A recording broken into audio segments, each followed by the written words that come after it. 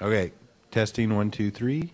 Testing, coming through, loud and clear, media fellows. All right.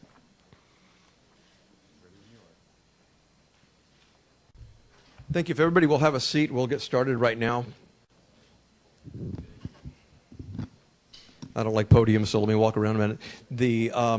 Let me first of all introduce myself. My name is Brad Jerbick. I'm the city attorney for Las Vegas, and we are here today, obviously, to discuss the Fremont Street pedestrian mall ordinance that is available on both sides of me, on the right and left side. If we run out, we'll have more copies made. To my right, who just walked in, is Councilman Ricky Barlow. Councilman Barlow represents half of Fremont Street. The other half is represented by Councilman Coffin, who may or may not be joining us. I know he was in California looking at a similar pedestrian mall yesterday. Also with us today is Todd Story and Amy Rose, both with the ACLU of Nevada. We also have Jeff Victor on behalf of the Fremont Street Experience. So if you have any questions, we are here to stay as long as you need us. But let me kick this off by inviting you all, first of all, to take a look at our proposed ordinance. Let me first of all tell you how to read it. The way we do ordinance revisions is we underline things that are new, and we put brackets around things that are going to be removed. Relevant to today's conversation are a number of things, but particularly on page 15, section 11.68.108, that starts at line 5, deals with the who, what, whens, and wheres, and goes into the registration process, which I imagine is what most of all of you are here for today. Let me stop by saying, before we looked at revising the existing Fremont Street Experience ordinances, we looked at street performers in other cities on the west coast of the United States, particularly 4 places, 2 in Santa Monica, 1 in San Francisco, and 1 in Seattle. In Santa Monica, they have the 3rd Street Promenade, which is actually what we kind of based our Fremont Street Experience model on 20 years ago. The 3rd Street Promenade is a street that's been closed to the public. They don't have a canopy, but they have a pedestrian wall, they have a median in the middle, and they have a number of street performers who come there every year for the chance to be exposed to potential people in the media industry who might discover them, might give them a contract or something. It's become a very popular attraction, and the street performers have become an integral part of the 3rd Street Promenade in Santa Monica. It's our hope that it can be integrated into the downtown area the same way. So believe me when I start by saying Fremont Street and the city of Las Vegas welcome street performers. What we're here to talk about is the best way to unroll it that gives you a secured place to perform, gives the public a less chaotic environment, and gives the tourist a reason to come back to visit downtown Las Vegas. Of the places that we looked at, let me just go over for a moment to put this all in perspective, because we're going to talk about registration versus permits, we're going to talk about locations, we're going to talk about rotation and the like. Let me start with the places that we looked at. The Santa Monica Pier in Santa Monica, California is public and has regulations. The 3rd Street Promenade I just mentioned is public and is regulated. Pike's Place in Seattle, Washington, another very popular spot for street performers, regulated. And most recently, those of you who have traveled to San Francisco know that the city of San Francisco recently engaged in regulations for street performers on Fisherman's Wharf. And this did not occur because anybody wanted to stop people from street performing. But at some point in time, there is give and take, and we just have to acknowledge that at the beginning of this meeting. Public has a right to move up and down that mall. People have a right to shop. People have a right to visit wherever they're going to visit. And you have an absolute right to perform. And trying to integrate these two in a way that protects your rights, public's right to have a good time and enjoy their freedoms, is what we're here today.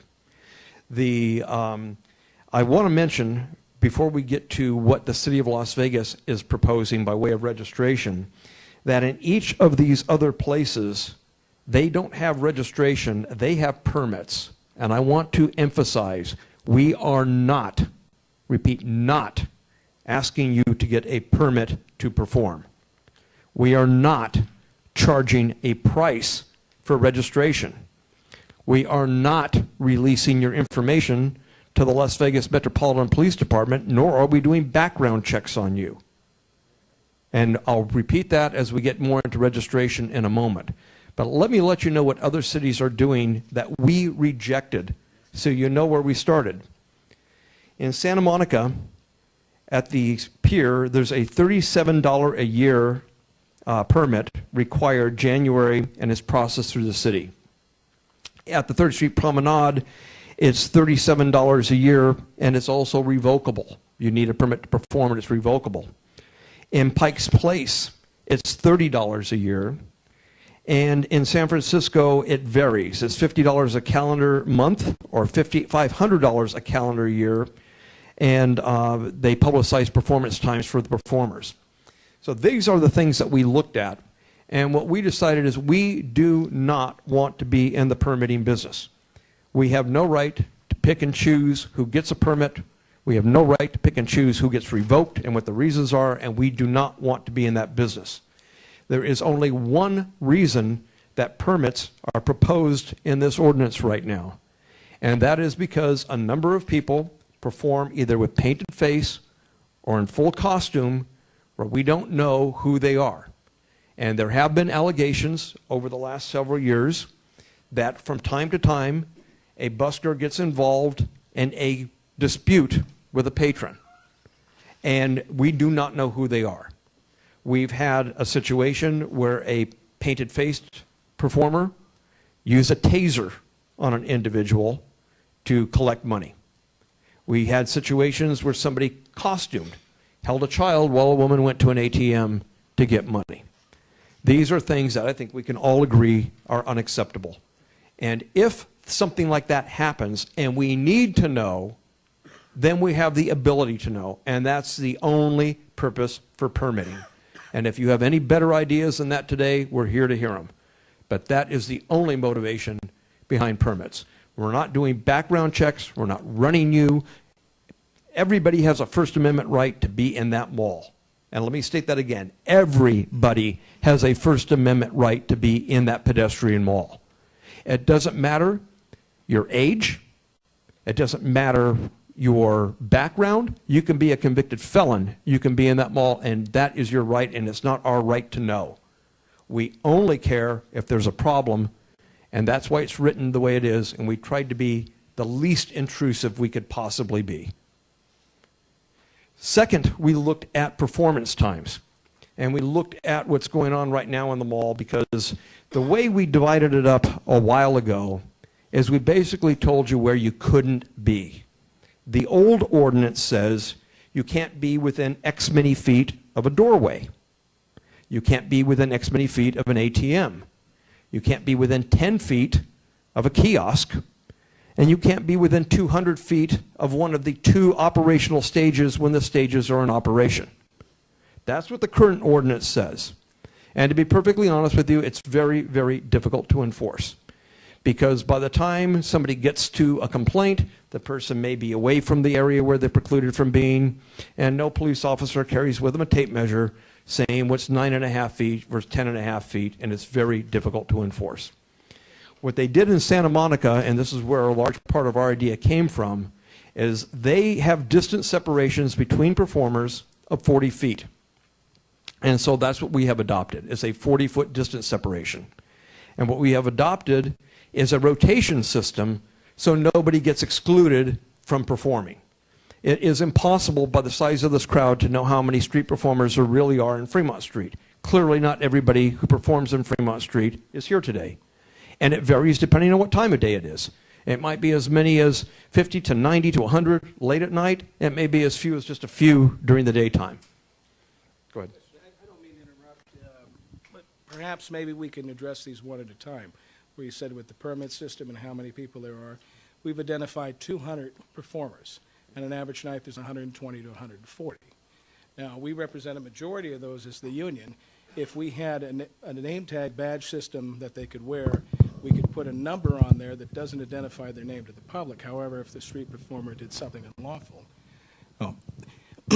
Addressing these issues one at a time might be the most productive for everything. I'm Michael Shoremore, President and General Counsel of Sonic Labor Visual Entertainers Union. And one of the issues would be, how do we know the identities of these people? Without probable cause, it's unlawful to ask for the identities of these people in some form of registration system. I would propose that we could have a name badge system that has a number so the person could keep their identity private. However, if a tourist had a problem with them, they could say, the union member from Sonic Labor 008, you guys could come to us and we could disclose that if there was an allegation. And then that way, it wouldn't violate their right to privacy. I appreciate that, and to be honest with you, our registration system envisions that. It does not envision you having a name tag with your name on it, okay? All right, we'll get to that. I'm just going to finish this overview, and then I'm going to back up, and we're going to go over the individual pieces of it. But I wanted to give you the kind of the overview right now so that you understand what we are proposing. And again, this is a proposal. The only people that count are the 7 elected members of the City Council, one of which is here today, and they'll make the ultimate determination of this on September 2nd. When it comes to the rotation system, it's every 2 hours. That's what they do in Santa Monica, every 2 hours on the hour. Remember, these reservation spots only occur between 3 in the afternoon and 2 in the morning. Okay? It's an 11-hour period. Those are the peak hours that we've been able to identify.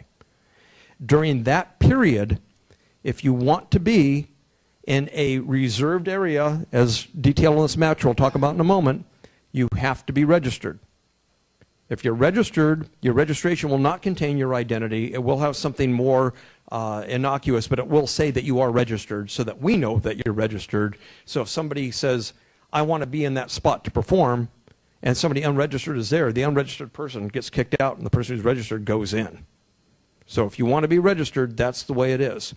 And the other thing is every hour on the hour starting at the odd hour. So if you get there at 3, you have the spot from 3 to 5. At 5 o'clock, you have to move to another spot. This is what they do in Santa Monica, and they have a pretty well-oiled machine that took a few months to get moving, but when they got it moving, every performer in the area knows to move to another spot, and you cannot pre-reserve a spot. So if you have a prime spot, you will have it for a while, and you may have it later in the evening, but you won't have it for more than 2 hours. And then you have to move, and so everybody has an equal opportunity for those prime spots. And again, I've talked to performers, and I know the prime spots vary depending on what kind of performance you give. Some areas of the mall have areas for larger crowds, some don't. Mm-hmm. No, you can perform 24 hours a day. The performance zones go into effect at 3 o'clock. Before that, it's what you have right now. It's distance separations. But at 3 o'clock, that's when the performance zones go into effect.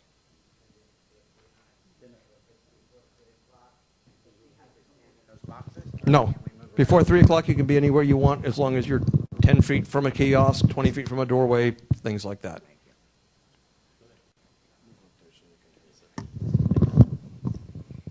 I got a question on the where certain performers are going to be.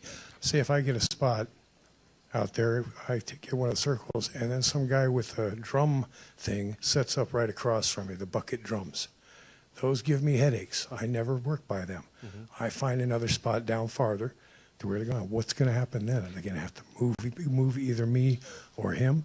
Or am I going to have to stand there and listen to that all night for two hours? I've heard that complaint as well. One of the things that's in this ordinance that's not going to perfectly solve your problem is we're changing the way we measure noise and the decibel levels in the mall. In Santa Monica, the decibel levels are measured at 1 foot with a decimeter. And I've been down there many times and walked the mall with the individual who supervises the mall, and there's a lot of cooperation with the street performers.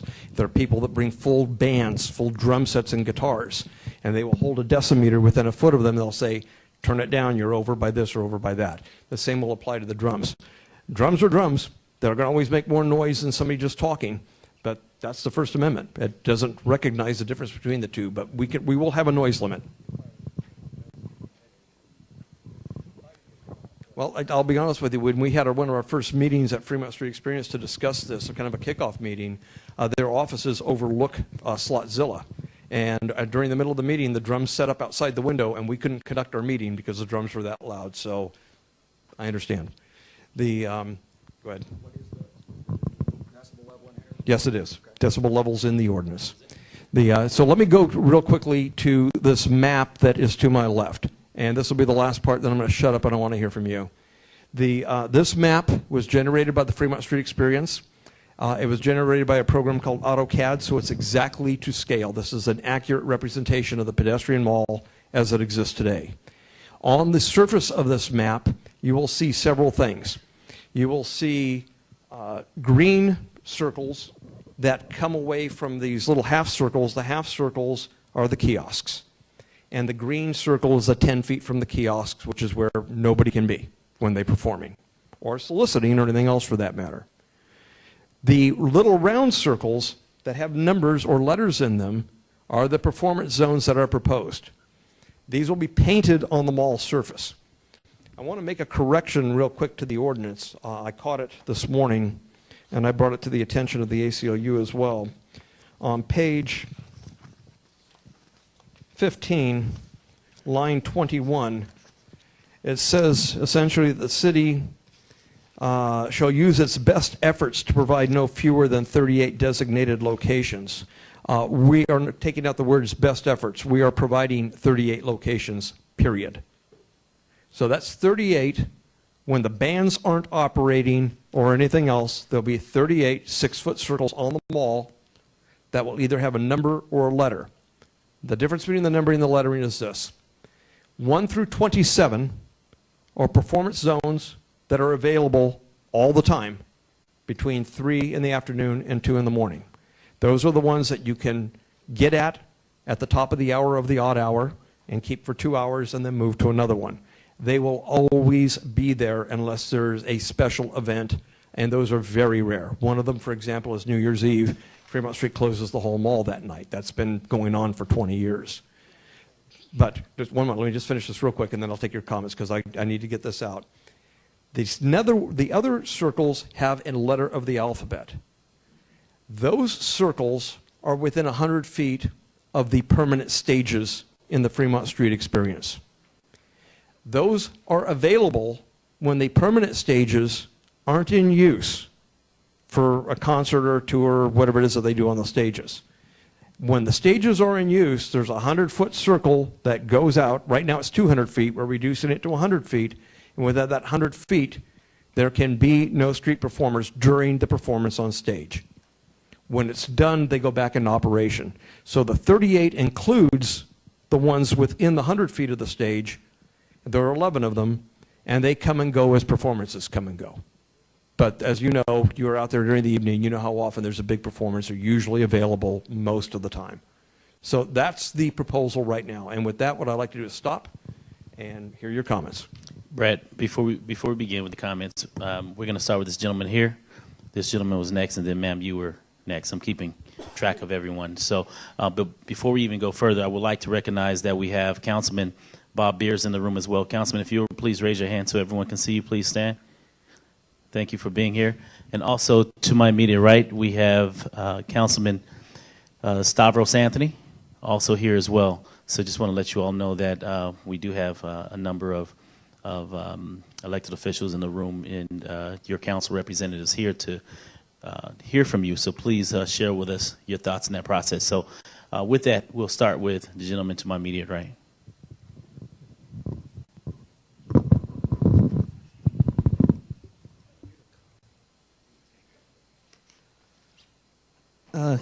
Hi, guys. I think we all know each other. Morning. Stogie. I've had a little assistance over the past years. I've been doing street performing strictly as a fun thing, a way of polishing the different acts that I represent, and mostly as a hobby, just something to do instead of sitting at home. About 4 years ago, these issues were coming up. So about 4 years ago, I drew up a proposal. I gave it to City Council twice. I gave it to Fremont Street. This is where you got the spots from. This is the idea. You got that from Fremont Street. I gave it to them. Robert, head of security, I gave it to him, and he loved the idea. I got the idea because I used to work at Disneyland in Magic Mountain. When I worked at Magic Mountain, Taz Devil always had, not a spot, the area by the petting zoo and the Buccaneer, which means they wanted their acts, their characters, to stroll within the area, attended by an assistant because, of course, the heat passing out in those heavy costumes. Well, my proposal is simply this. Whether it's permitted or not, rules have to be followed. Conduct, politeness, courtesy, cleanliness, keeping your area clean, and working not in singles, but in teams for safety, because we all know we work nights, and we all know stuff has happened. So always work in teams. These are things that I had put in my proposal for you guys to look over. It's chaos basically right now. It's just free for all. I like the idea, and I was the one that submitted the idea for the areas, not spots. I don't think the problem is that you have people that work 2 or even 4 to a team. When I do my character Smokey and the Bandit, I mean, I could be talking with a person, and then Bandit's there, and Snowman's there, and Junior's there, and there's 4 of us. There is no way 4 people in a team is performing within a 6-foot radius. No way.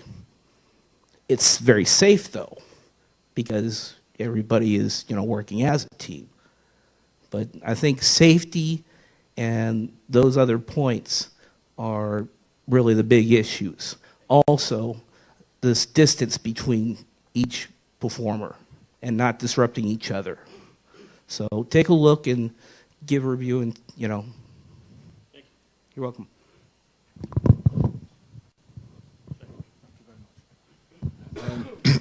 Good afternoon, ladies and gentlemen and distinguished councilmen. My name is Scarlett Ray Watt. I'm a ventriloquist. I've appeared at the highest levels on television as a 7-year-old, on the BBC, headlined New York, all over the world.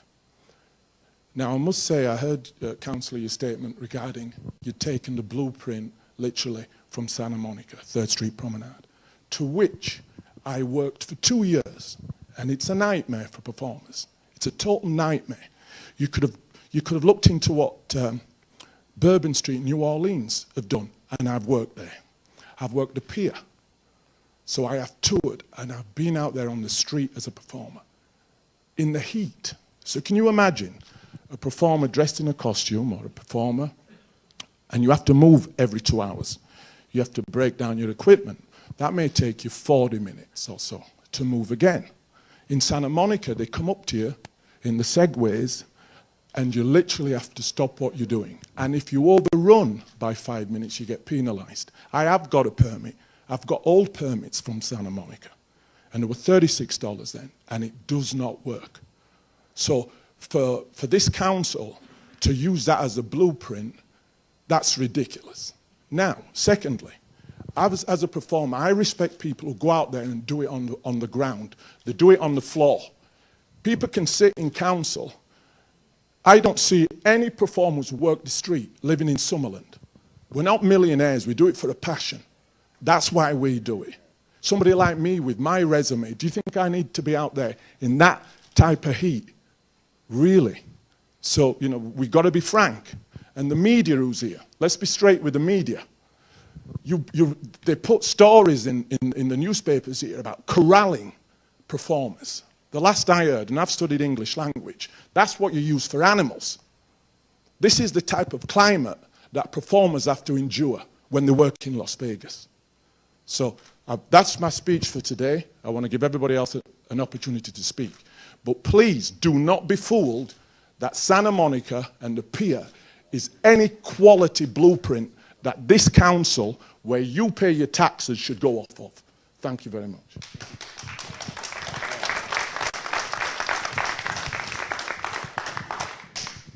Hi, my name is Norma MacDonald, and I just represent one of you guys, but I have been following this whole meeting for a while, and I'm just going to address some of the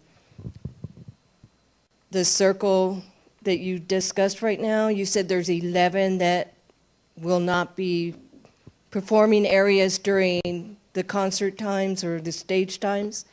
So that leaves 27. How are you going to evaluate the rotation based on the amount of performers out there? Because certainly there's a lot more than 27 performers at one time. I have walked the area many times, and evaluated what transpires out there. Yes, I do agree there are some restrictions that need to be done and some weeding that needs to be done, but this rotation, the rotation can mean many things. It can mean that you're going to another circle, or it can mean that you're only going to work for 2 hours that day. So how are you going to, what do you have in place that's going to accommodate everyone involved? That's a good question. One, we don't have anything in place at this moment, but there will be if the ordinance passes. What we will have is one person dedicated to the mall during these performance periods that will walk the mall literally up and down the street and ensure, just as in Santa Monica, they have an individual that does the same thing, will ensure that the decibel levels are being complied with, will ensure that the performers move. If there's a dispute amongst performers, it will be up to that person to resolve it.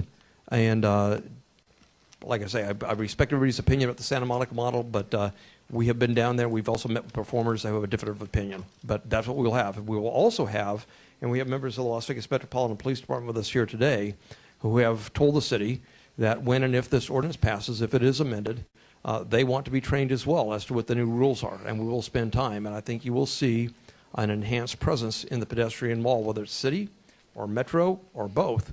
We'll be out there making sure that this is complied with. Go ahead. Thank you, Mr. Jervik, and Councilman, all of you who are present, especially Councilman Coffin and Barlow for bringing this issue up. Obviously, this wouldn't be here in front of us today if there were not a problem, and I know that a lot of thought has gone into this, and I think that there may be more that goes into it before it's all said and done. I work for a labor organization.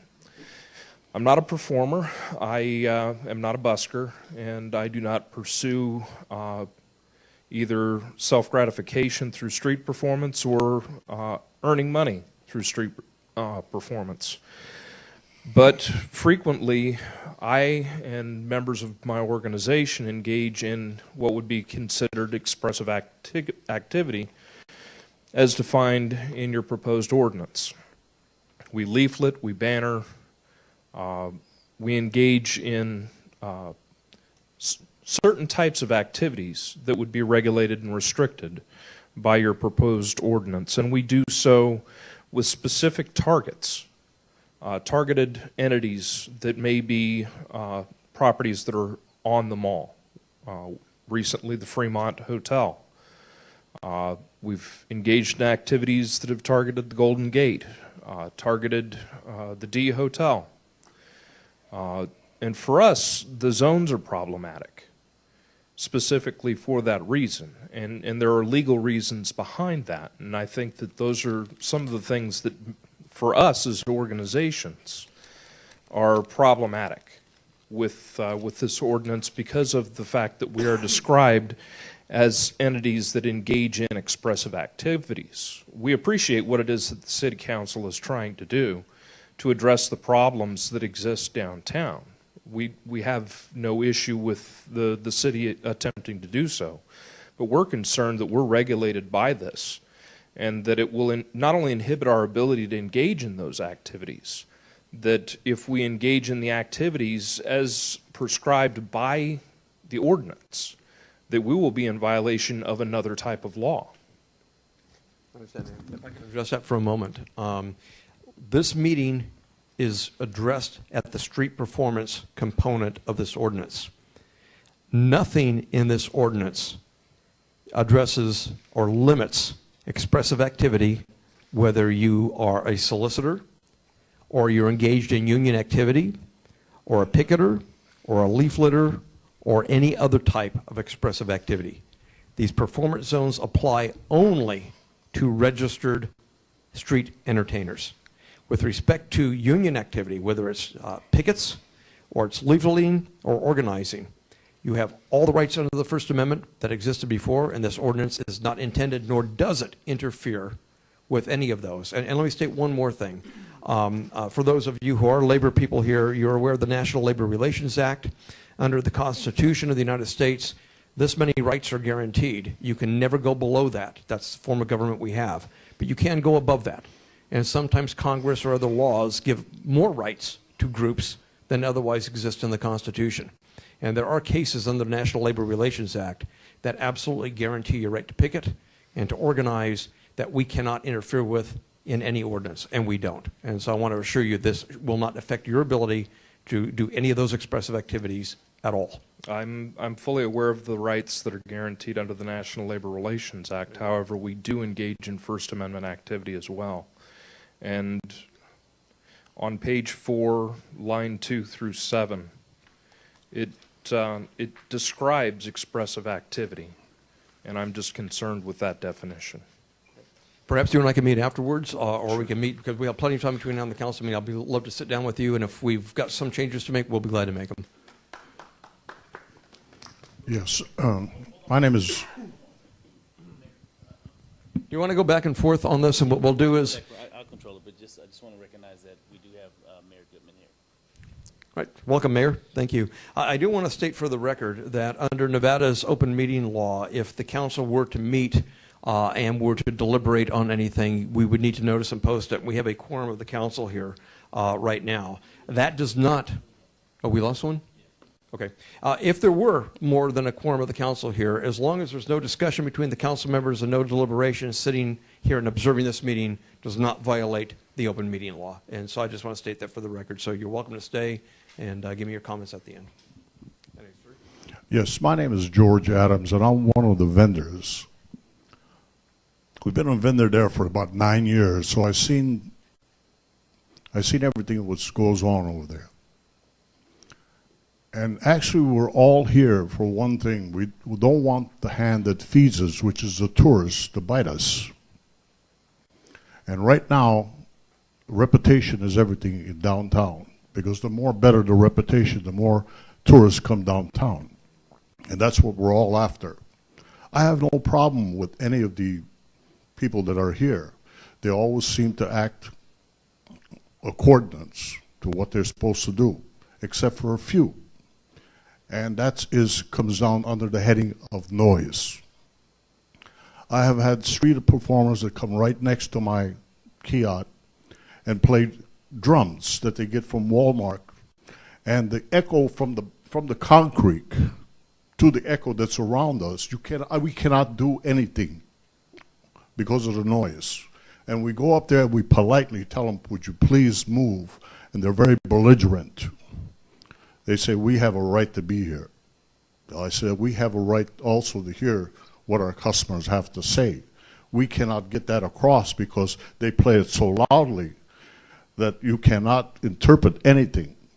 We have doors in our thing, and we close the doors, and still the noise comes through.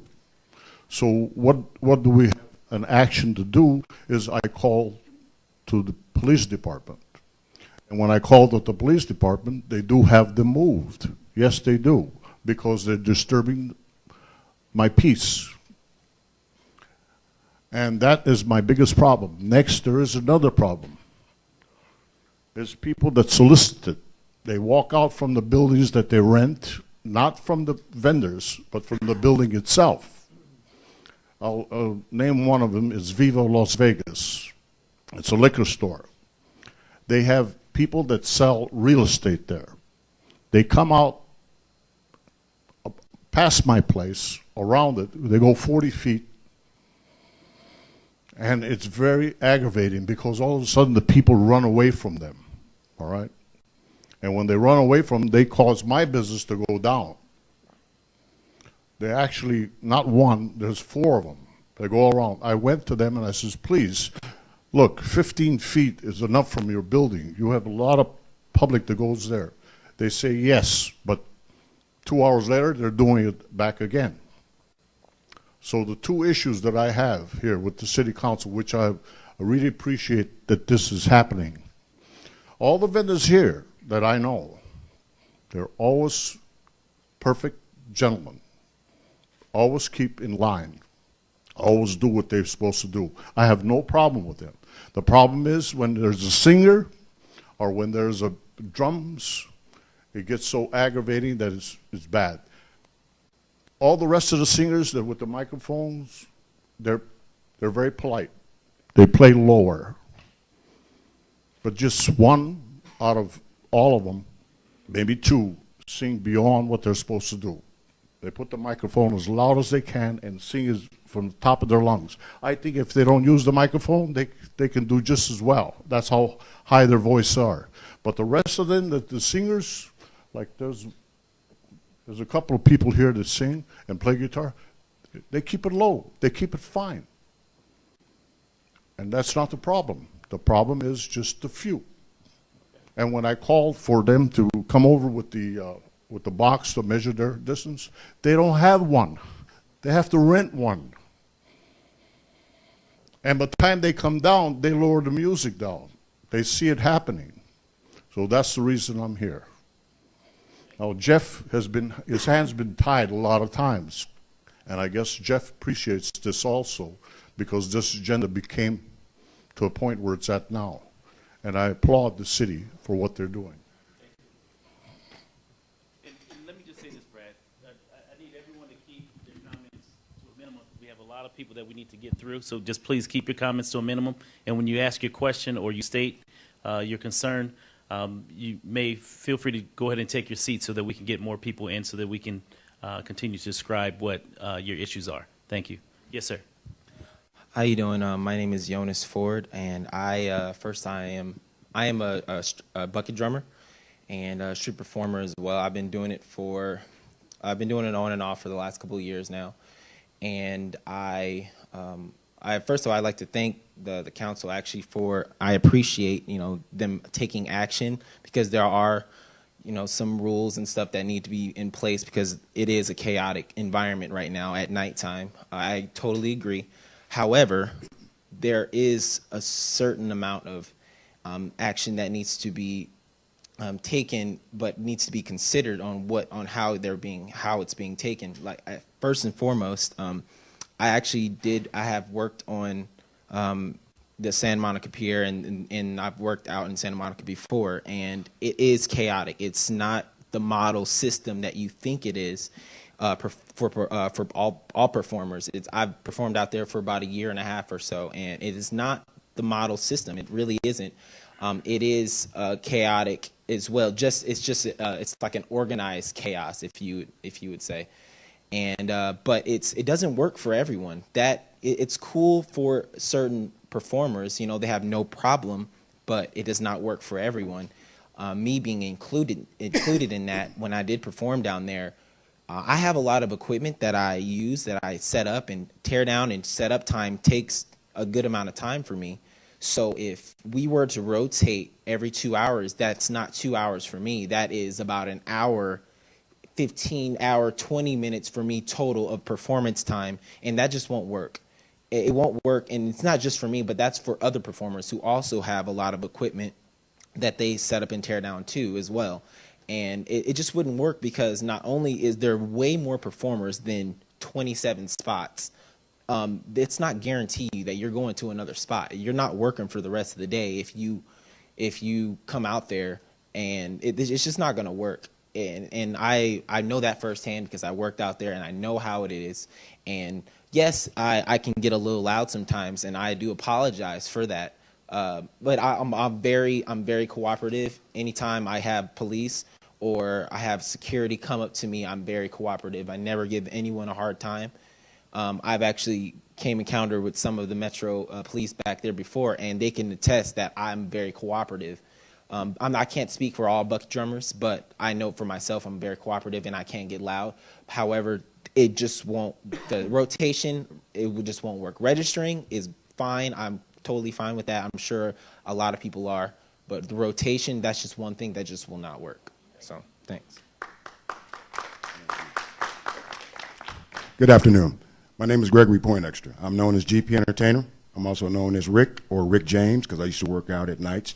I've been here in Vegas 16 years as a professional entertainer, multi-vocal impressionist, Rick James impersonator. I'm on the streets firstly because I love entertaining. And the entertainment business here in Las Vegas, all the contests I've won, TV, Tony Soccer Show, Live at 9, everything that I've done, benefits and everything, and I still can't get real work here. So I'm forced to be on the streets, okay?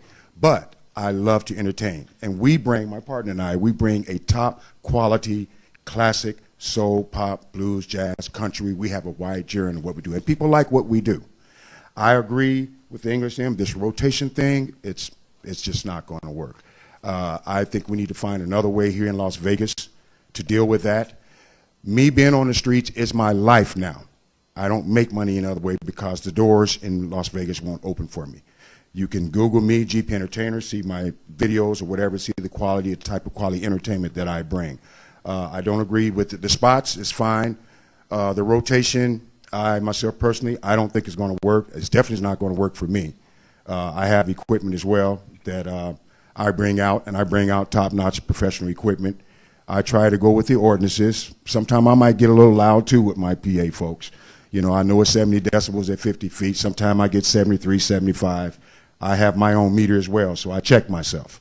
Okay, but this rotation thing, just not going to work with me. I have to be out there at least 6 days a week just to cover my head. So where am I guaranteed that I'm going to get these 5 to 6 days a week to make a decent living as a professional entertainer? Thank you. Thank you. Hi, my name is Guillermo Mariani. I'm a citizen of this country, but I was born in Argentina, born and raised in Argentina. So I play like as a experiment Fremont since 2012, but I've been playing all around the world, London, Barcelona, Madrid, France, everywhere. But I found in this place, in Fremont, I found I don't know, like my family. And I don't know, it's sad that they want to do that stuff because I have a $3,000 suit and I work like sometimes 7 hours to get just like $150. So I don't think all the things that they're gonna do, they're gonna do it for make it better. Because if you go to a touristic place, like all the things and all the ones that I say, if you go to London, Barcelona, no matter what you do, it's gonna be crowd and all the time because it's a touristic place. So doing that stuff, you're not gonna fix anything. So no matter if there's no performers, when you go to London, Barcelona, you can even walk because it's full of tourists. This is Las Vegas. So there is no way only because you're going to put some spots, there's not going to be crowd. It's going to be crowd all the time. So if you go to the strip, you can even walk. Even where there is no characters, you can even walk. So what I'm saying is, I mean, I know that there is some characters I mean, they're kind of like, I don't like them, but I don't judge them because it's not my duty. It's like we are all humans, and there's bad humans and good humans, so, I mean, they all have the right to be there. I mean, I don't like some of them, but I said, it's not my problem. I got to make my money. I know, like, I mean, I want the all day have his job. So what I'm saying is all the things they're going to do is not going to work. It's just going to, because, I mean, you don't know everything that's going on in Fremont. And sometimes, for example, people that work in the business, in the souvenirs, Fremont don't let us talk to us. So they say, they say that we cannot talk to you because you are a street performer. So they don't want to do that because they want to do everything right. They want to do this for stop little by little to be there. So that's it I want to say. Appreciate it. Yes, sir. My name is Billy Williams. I've been working Fremont for about 6 years now. I do balloons. I'm a magician, plus I sing with my partner there. The only issues I have, as far as the registration, I'm 100% on with that. That's fine. As far as the spaces and the rotation, I know there's probably twice as many performers are here that go down there. So if you have anywhere from, what was it, 28 to 38 spots or whatever, I think that's going to be a problem because, like it was addressed earlier, how do you know if you're going to work that night? You might go down there if you've got 38 spots and you're number 39 and it's first come, first serve, you might be done.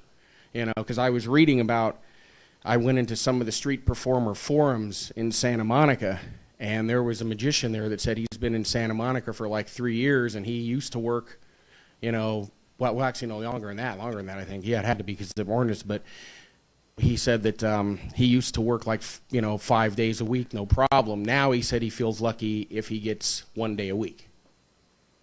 So you're basically reducing it down to you may or may not go. It's it's almost like a crapshoot.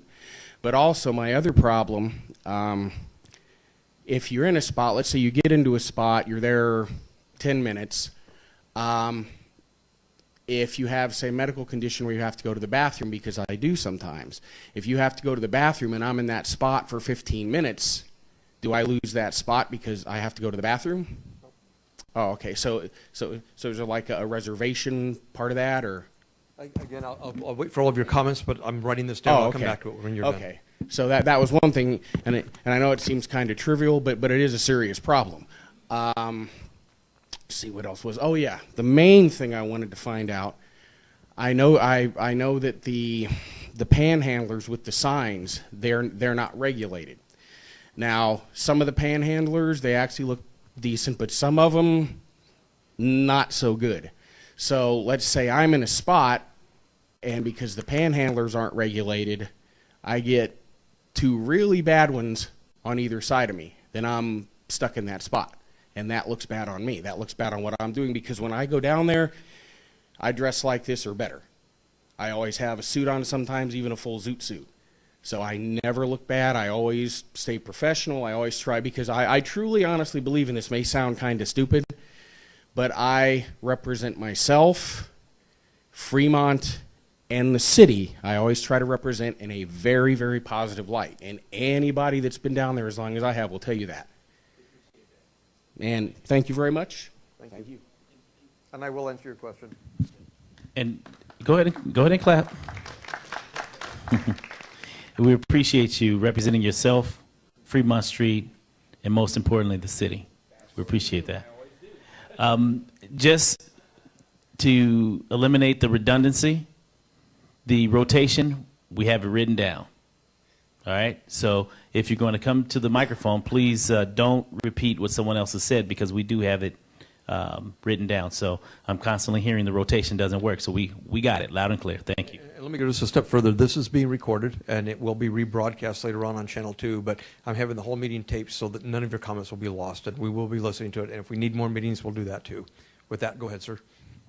Thank you, Council. My name is Jared Carl. I've been a street performer with my girlfriend doing balloons pretty much full-time for about 2 years now. We're a fixture down there in a hot air balloon costume that blinks. Come and see us sometime. Over this time, we've witnessed the deterioration of street performance down there. I agree with the council completely. Things have changed over the last few years. However, I believe that largely these problems are enforceable by enforcing existing laws, that the bad apples that are doing these things can be picked out. And one thing I don't know if the council is aware of, and again, I'm not trying to make any enemies by saying this, we all are trying to make street performance at the highest level, so I apologize if I offend any of my fellow street performers with my comments, but one of the things that has led to this deterioration is individuals running costume delivery and rental services, where they bring down the costumes and require no upfront payment. So they put the people into the costumes. At the end of the night, these people owe money for what they've done. In and of itself, that's not a problem. When it becomes a problem is when these are the unmaintained costumes that are being complained about on the news. These are the ones that are having pictures taken of them, and it lowers the barrier to entry for street performance. Generally, to be a street performer, you have to have a skill or something you wish to display for the public, something exemplary that you wish to show, and then the courage to stand in front of a crowd and do it.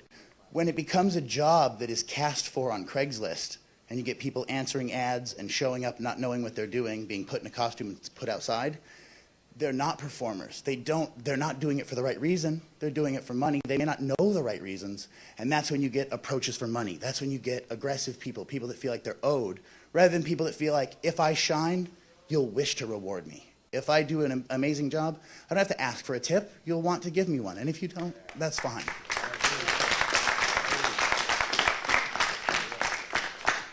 Having studied the ordinance, there's also a couple of other small things that I wish to be addressed just so that they don't become a problem later. One is, I've heard of a staging area. Like whoever wants to circle next will potentially be waiting in a staging area. This is a problem like the other gentleman that does balloons had mentioned, that if the act who's coming next, and no judgment of them, but what if it's someone who is mostly naked and I'm making balloons for children? They're waiting in the staging area directly behind me for their next shot at this 2-hour spot. Families are not going to approach me for balloons based on who's staged behind me. So that becomes an issue.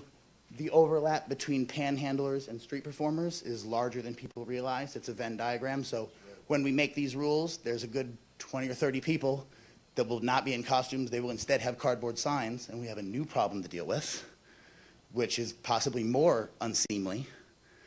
And decibel level, one thing I wanted to check with you. It seems in the current ordinance that it only applies to amplified, electronically amplified sound.